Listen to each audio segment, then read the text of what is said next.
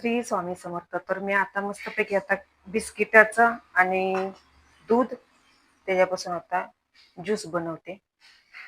खूप छान असं लागतं. तर ही बिस्किट आहे ती बघा. तर 2-4च बिस्किट घेतली ती आणि बुष्टाचा पुडा घेतला फोडून आत्ताच. तर आता ही बिस्किट आता मिक्सरच्या भांड्यात आता टाकून देते आता आणि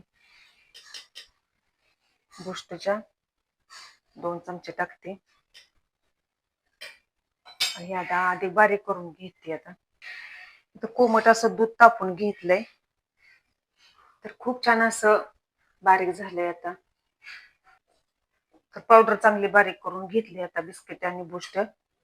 तर मला पाहिजे तेवढं आता मी दूध ओतून घेते आता कोमट आता. तर परत एकदा आणि मी बारीक करून घेतलं. वाव, मस्त कलर पण आलाय. तर ह्याला शेक पण म्हणले तरी चालतं आणि खूप छान असं लागतं. वाव, मस्तच. याला शेक पण म्हटलं तरी चालतं आणि ज्यूस पण म्हटलं तरी चालतं. खूप छान असं टेस्ट आहे बघा.